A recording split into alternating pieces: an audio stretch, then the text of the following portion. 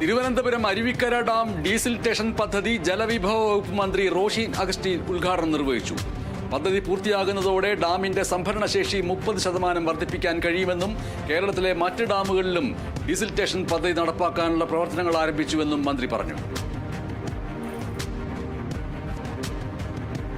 Malappuram Kulamangalam പത്തായപ്പുര road നവീകരണം നടത്തി. ഉദ്ഘാടനം ഡിവിഷൻ കൗൺസിലറും നഗരസഭാ മരാമത്ത് സ്റ്റാൻഡിംഗ് കമ്മിറ്റി ചെയർപേഴ്സണുമായ റൂബി ഖാലിദ് നിർവഹിച്ചു.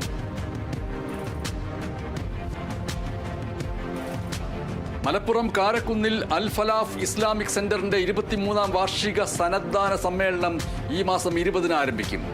ചെയർമാൻ പത്തപ്പിരിയം അബ്ദുൾ റഷീദ് സദാഫിയുടെ നേതൃത്വത്തിൽ സൗഹൃദ നടത്തം സംഘടിപ്പിച്ചു.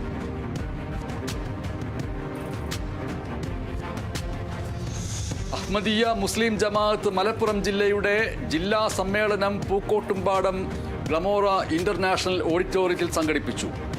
ഇന്ത്യൻ സാമ്പത്തിക വിഭാഗം ഉപാധ്യക്ഷൻ മൗലാന ടി അമീറുദ്ദീൻ ഉദ്ഘാടനം നിർവഹിച്ചു.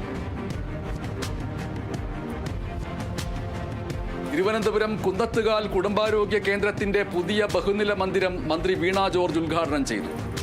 NHM ആരോഗ്യ കേരളം സാമ്പത്തിക വർഷത്തെ പദ്ധതിയിൽ ഉൾപ്പെടുത്തിയാണ് മന്ദിരം നിർമ്മിച്ചത്. CK ഹരീന്ദ്രൻ MLA അധ്യക്ഷനായി.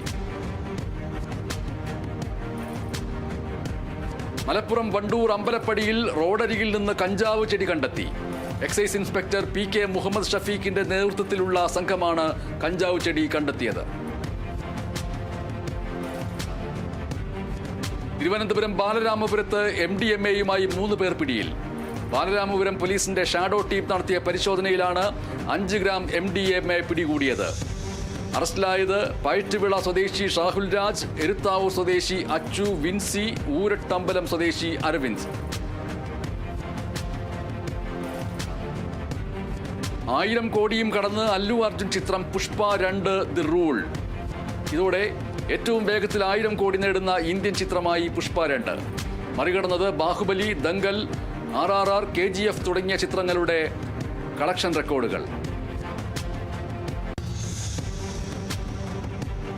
തൃശൂർ വെങ്കിടങ്ങിൽ തത്സമയ പുൽക്കൂടൊരുക്കി ക്രിസ്മസ് ആഘോഷത്തിന് തുടക്കം കുറിച്ച് ഏനാമാക്കൽ സെന്റ് ജോസഫ് ഹൈസ്കൂൾ കുട്ടികൾ. നൂറ്റാണ്ടുകൾക്ക് മുമ്പ് നടന്ന തിരുപ്പിറവിയുടെ ഓർമ്മപ്പെടുത്തൽ ആണ് പുൽക്കൂടിലൂടെ ചെയ്തിരിക്കുന്നത് എന്ന് വിദ്യാർത്ഥികൾ.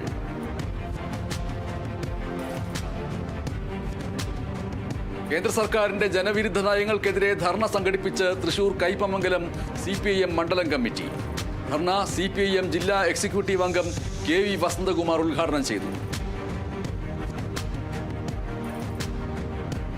ആലപ്പുഴ ചെങ്ങന്നൂർ ശ്രീ മഹാദേവ ക്ഷേത്രത്തിൽ ആറാട്ട് ഘോഷയാത്ര നടന്നു. 10 വർഷത്തെ ചരിത്രത്തിലാദ്യമായി ആനപ്പുറത്തല്ലാതെ എഴുന്നള്ളത്ത് നടത്തി.